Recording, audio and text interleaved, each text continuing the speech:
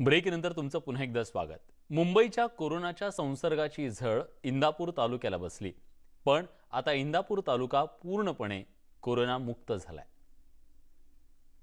बातमी इंदापूर तालुक्याला दिलासादायक बातमी आहे। आज इंदापूर तालुका खऱ्या अर्थाने कोरोना मुक्त झालेला आहे। इंदापूर तालुक्यामध्ये पाठीमागील 1 महिन्यापासून 5 रुग्ण सापडले होते। त्यातील एक बिगवण येथील महिला सुरुवातीला पॉझिटिव्ह सापडली, त्यानंतर तिला 2 दिवसांमध्ये मृत्यू झाला। त्यानंतर मुंबईवरून आलेल्या शिरसोडी येथील एकाच कुटुंबातील 2 जणांना पॉझिटिव्हची लागण झाल्याचं निष्पन्न झालं होतं। मागील 2 दिवसांमध्ये त्यांना परत इंदापूर तालुक्यातील आरोग्य विभाग आणि जिल्हा उपरुग्णालय यांच्या माध्यमातून उपचार केल्यानंतर त्यांचे रिपोर्ट्स निगेटिव्ह आल्यानंतर त्यांना सोडण्यात आलं। आणि आज मात्र परत एक वेळेस मुंबईवरूनच आलेल्या दुसऱ्या कुटुंबातील पोंतुलवाडी येथील एका सदस्यातील 2 कुटुंबांना लागण झाली होती, ते सुद्धा आज पूर्ण उपचार। इंदापूर नंतर बातमी नागपुरातून आहे। नागपूरमध्ये आज पुन्हा एकदा 13 लोक कोरोना पॉझिटिव्ह असल्याची नोंद करण्यात आली आहे। पाचपौली इथं क्वारंटाईन करण्यात आलेले हे सगळेजण आता पॉझिटिव्ह असल्याचं समोर आलंय। नवीन भागात कोरोनाच्या रुग्णांमध्ये वाढ होतीये। नागपुरात एकंदर कोरोना पॉझिटिव्ह रुग्णांची संख्या आता 553 वर जाऊन पोहोचली आहे। आतापर्यंत नागपुरात 367 जण कोरोना मुक्त झालेत, तर 11 जणांचा आतापर्यंत कोरोनामुळे जीव गेला।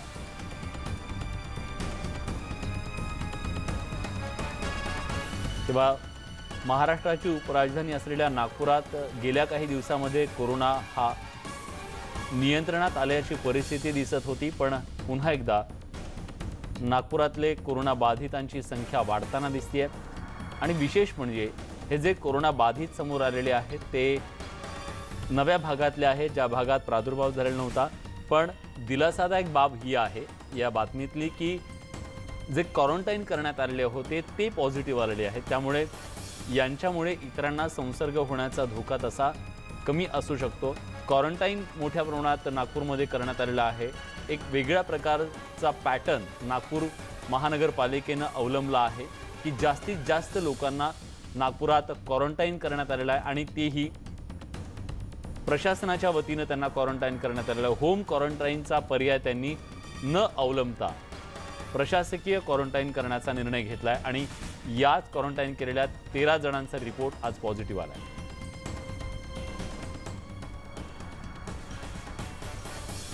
आणि यानंतर बातमी चक्रीवादळासंदर्भातली आहे।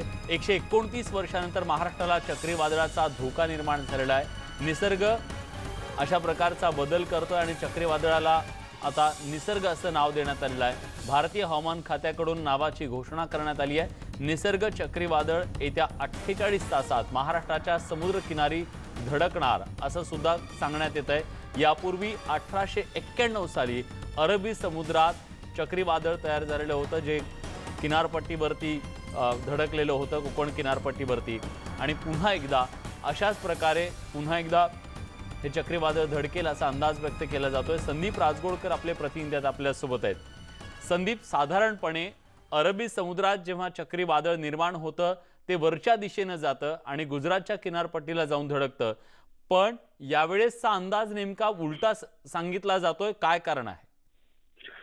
एक तर विलास, बरोबर 1 तासानंतर म्हणजे 2:15 वाजता भारतीय हवामान खात्याची एक पत्रकार परिषद होणार आहे। पत्रकार परिषदेमधून भारतीय हवामान खाते हे जास्तीत जास्त वादळासंदर्भातली सगळी माहिती देणार आहे। पण आता जी आपण माहिती बघतोय त्यानुसार या वादळाला एकतर निसर्ग असं नाव देण्यात आलं आणि महत्त्वाचं म्हणजे ज्यावेळेला अरबी समुद्रामध्ये वादळ तयार होतं त्याचा खरं तर धोका हा गुजरातला असतो, पण सध्याची परिस्थिती वेगळी पाहायला मिळते। कोकण, गोवा आणि त्यातल्या त्यात मुंबई या भागाला या वादळाचा मोठा फटका बसू शकतो असा एक अंदाज वर्तवला जातोय। सध्याची जर परिस्थिती पाहिली तर काल अक्षरशः उत्तर कर्नाटक आणि महाराष्ट्रातल्या बऱ्याचशा जिल्ह्यांमध्ये मुसळधार असा पाऊस झालेला आहे। पिकांचं नुकसान झालेलं आहे।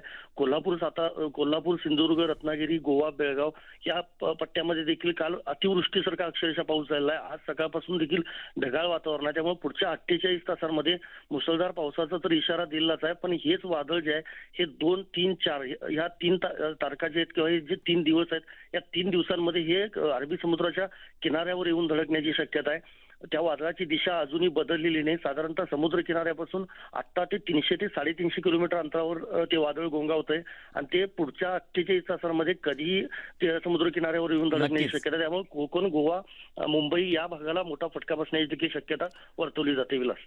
नक्कीच आपण नजर ठेवूया हवामान खात्याच्या पत्रकार परिषदेकडे. त्यातून काय या वादळाचा पुढचा प्रवास असणार आहे हे सुद्धा आपण जाणून घेऊया. तुर्तास धन्यवाद तुम्ही दिलेल्या सगळ्या सविस्तर माहितीबद्दल. याच सगळ्या बातम्यांसोबत बुलेटिनमध्ये आपण इथेच थांबतोय. ताज्या घडामोडींसाठी बघत रहा न्यूज 18 लोकमत.